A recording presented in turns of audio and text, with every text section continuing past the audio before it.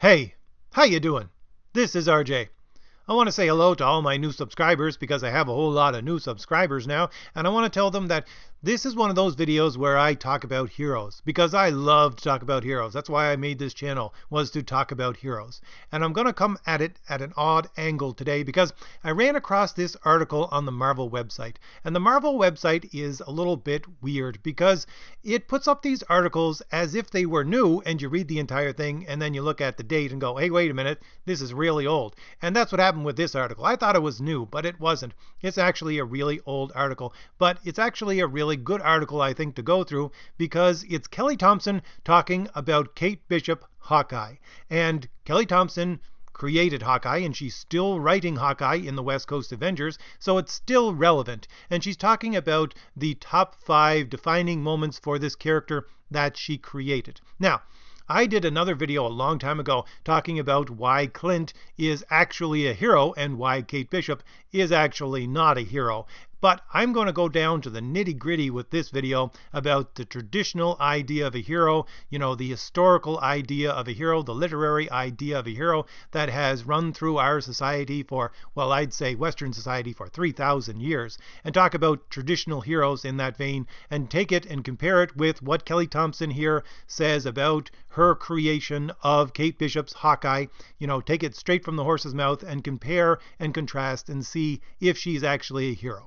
And I think you already know my outcome, but it's going to be a fun journey, I think. So we're going to go over some of the quotes here that Kelly Thomson gives for the defining moments of Kate Bishop. And I'm going to link this in the description so you can go read it yourself, but I'm going to go over most of it. It's really short, actually. It's just a bunch of quotes. So the first one, she gives them all titles. The first one she titles Americate. And this is her quote. She says, "As I was thinking, I came up with my top 5, and one that I'd consider an honorable mention is Kate and America Chavez becoming BFFs in the Young Avengers." She actually writes BFFs. This is a current Marvel writer.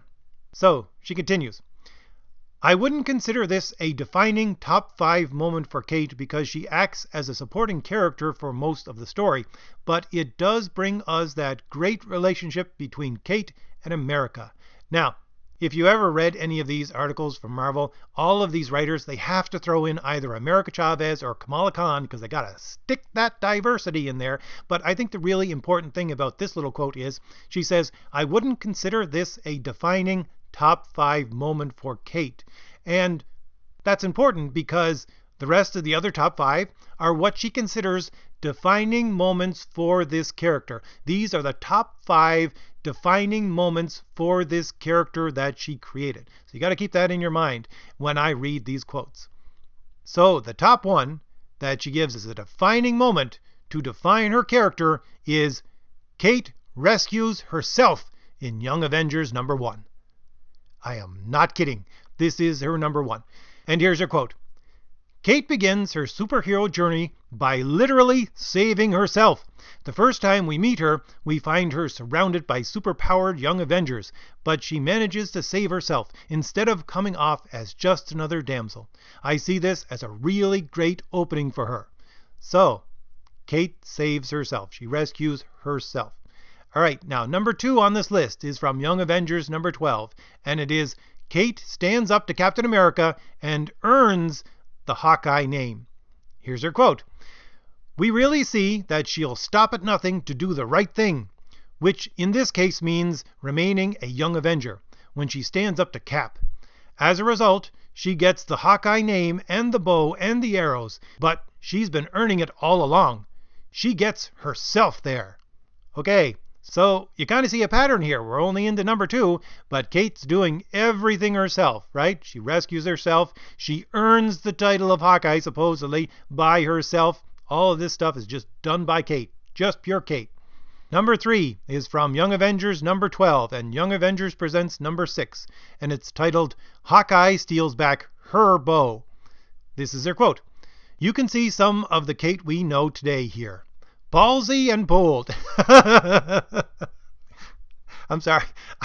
I've read this a number of times, and I can't help but laugh at that. Ballsy and bold. I mean, Kate Bishop's uniform leotard, whatever it is she wears. It's quite revealing. And if Kelly Thomson knows something about Kate Bishop that all of us don't know, really, the artist wasn't putting it in there. But honestly, you call a woman ballsy? I mean, in real life, if I was to call a woman ballsy, especially to her face or in the company of other women, that would be a direct insult to the woman.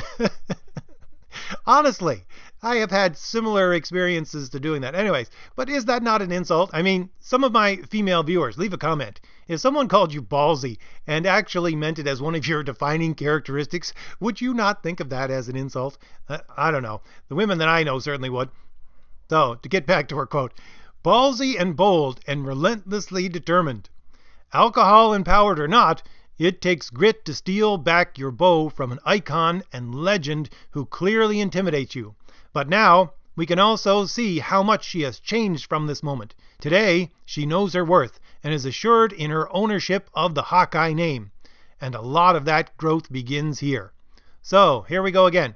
We have Kate Bishop. She's assured of her name as Hawkeye. So, she is confident that she is the one that should possess this name of Hawkeye. Alright, so the next one is from Hawkeye number 2 and number 3. Kate shoots better, drives better, and is better. And here's the quote. Here we get some of the best Kate being hilarious Kate stuff. She actually has it all hyphenated. Kate being hilarious Kate. Yeah, modern Marvel writer for you here. To continue. She has sass that lasts for days! Exclamation mark. But these issues also really define the modern, current Kate voice so clearly. And they give us a really leveling of the field between Kate and the original Hawkeye Clint Barton, in terms of skill and respect. Part of that is because we see her largely through Clint's eyes, and he has such a high opinion of her at this point. So, let's go back to the title. Kate shoots better, drives better, is better. Is better than who? Is better than the original Hawkeye, of course, because of course we have Clint, who has been an Avenger probably longer than Kate Bishop has been alive, and has been standing on battlefields with gods and holding his own, and yet of course this girl, she trained a little bit and she can now shoot better, drive better, and is better than Clint. Alright, so number 5 is from Hawkeye number 20. Kate returns to save Clint's butt. That's her title. And here's her quote. We actually see her helping Clint in number 22, but in number 20, she returns in preparation for this, and it says so much about her character. She has been trying her hardest to build a new life, and it's highly flawed. She has burned down someone's trailer, she has no money, but she genuinely wants to build that life. Yet the second Clint needs her, she drops the baggage and heads home to help him. So, of course, we have her saving Clint, because Clint is the damsel in distress. Again, this guy who was an Avenger probably longer than she's been alive, and who has stood on the battlefield with gods. Yeah, she needs to save him because, of course, she shoots better, drives better, and is better than Clint. So Clint is the damsel in distress. Now, if you go through this list, you'll see that I would say the defining characteristic of Kate is arrogance. Certainly, the defining characteristic of Kelly Thomson and Kate together would be arrogance. Now, you can use arrogance in a good way to make a good hero, but let's see if it actually works out that way for Kate. Because I would say, and I have said before, that the defining characteristic of Clint that makes him a hero is his arrogance. So let's go through this now, and I'll talk about heroes. So just a little aside here before I start, actually. A while ago, one of my first videos was called the Carl Manvers Effect, and I talked about why Captain Marvel has been turned into a man, basically. And here we have another example with Kate of a woman being turned into a man and how that works. Now, briefly, what I talked about in that other video, if you want to go search it up, it's in my list there. It's the Carl Manvers Effect. And I talk about the origins of feminism, over 100 years ago. And it was basically a bunch of women and some men coming up with the idea of how can we make women powerful? Because it's all about power, right? They want to know how to make women powerful. And they came up with this idea. They turn women into men. That's how they make them powerful. So the women have to be stripped of all their female qualities and be turned into men. But the flip side of that is also that they have to, at the same time, feminize men and strip them of their manhood, Why? Because if you're going to turn women into men, you got to lower the bar of what an actual man is. So if you feminize all the men, the level of what actually is a man is so much lowered that you have the women saying, yeah, we can reach that now, and so we can become men. So the origin, I would say, of all of feminism, not just the current feminism, is empowerment of the women through making them into a man, and at the same time feminizing all men and neutering them. And here we have a clear example of this happening in this character, because of course you have Kate, and she is so much better than all the men, of course. She's so much better than her namesake, Clint Barton. She's even better than Captain America, as it appears in the stories. And you have Clint, he has been feminized, he has been neutered. She is so much better than him in every way. She even says here, Kate shoots better, drives better, is better than Clint. So you have to neuter that male so that you can push the female upwards, right? So I want to get that out of the way because I got to come back to that at the end. So let's talk about heroes for a few minutes. So I talk about this in a number of my videos, so I'm going to go over it just really briefly here. But the traditional idea of hero is over 3,000 years old. It comes from our origin of literature, which is basically the Iliad and the Odyssey. And that happened, that actual Battle of Troy happened around 1200 BC. And you have Homer writing it down around 800 BC. And then 400 years after that, around 400 BC, you have Aristotle writing down what is a hero? How do you define a hero? And he defines it according to the Iliad and the Odyssey and those events which happened in 1200 BC. And he talks about a hero being a paragon of virtue. And that's what a hero was up until the point where he wrote it, and that became the defining characteristic of a hero up until this day. In our literature, it's always there. That's your traditional hero. He's a paragon of virtue. So let's take a step back and look at Kate Bishop's Hawkeye and Clint Barton, all right? Now, how does Kelly Thomson write this character? Well, for a normal writer, this is what you do to write a character. You take a piece of paper and you take down all the main characteristics of your character and you have them as a reference point and you don't violate them. You can have the character grow during your story, but you don't violate their character traits. And one of those character traits which you have to list is a character flaw. Because if you don't write down a character flaw for your character, you simply have a Mary Sue. Now, that's not what you usually call it, but most people would think of it as a Mary Sue today. You know, you have someone that has no flaws. And that's not a good character. No one wants to see that. So if you don't have that, if you don't have your character flaw, you don't have a good character. Now, here's the thing about character flaws. They can be defined in a very old way as simply being vices. That's what they are. They're vices. And you want to counter a vice with a virtue. And that's how we bring it into the sphere of being an actual hero. What an actual hero does is he knows that he has a vice, either innately or he actually figures it out. And since he knows he has a vice, and for a hero it's usually a very, very big vice, something that's really, really hard to overcome. And to overcome it, what does he do? Well, he cultivates a virtue in order to fight against that vice. And so, since it's a great vice that he has to fight against, he cultivates a great virtue. And therefore, he becomes a paragon of virtue. And after becoming a paragon of virtue, the next step after that is the fact that in becoming a paragon of virtue, and I won't go into this today because my video is probably going to be too long as it is, but virtue is something that is self-sacrificing. It has innate in its nature something that is bigger than you. You deal with something and you serve something that's bigger than you. So in being virtuous, this person actually is on a battlefield, say, like one of these heroes, and he realizes that he will give up his life in order to serve this virtue. So he will be virtuous in that way, and that makes him a hero. So it all goes 1, 2, 3 down that way. You have a vice, you work against it with a virtue. That virtue makes you serve something greater than yourself, and therefore in your literature, usually when push comes to shove and you actually are faced with death, you still serve that virtue, and therefore you are a hero. You see how it works. Now, let's take another step back again and talk about what is a vice. What is a character flaw? Now, there's this great quote from Augustine of Hippo around the late 300s AD. And he said, "No one is evil by nature, but whosoever is evil by vice." Now, why is this important? Why does this matter? Why? Because when he was saying this, he was setting up his entire argument for what the will actually is. And his definition of the will in this work, in which this quote comes from, is the actual definition of will that we still use today. So anytime in your day when you use the word will, when you use the word won't, when you use the word should or could or would, or any of those words that are derived from will, you are banking on that definition of will defined by Augustine, and he sets up this quote that whosoever is not evil by nature, but is evil by vice. He sets that up as a supporting idea for his idea of will. And it permeates a lot that we talk about today, especially when we use the word will, because prior to that there was a Greco-Roman idea of will. It was something that no one today would really recognize. It had more to do with destiny and fate and Moira, which was your lot in life. So you wouldn't actually recognize the definition of will in those ancient times. But that definition of will that was given by Augustine is something that is part of everything we do today, every time we use those words. So this is very important. Why? Because this was an idea that permeated his time, not only his time, but also in the Greek and Roman times in a different way, but still permeated. It's that, guess what? Reality is a good thing.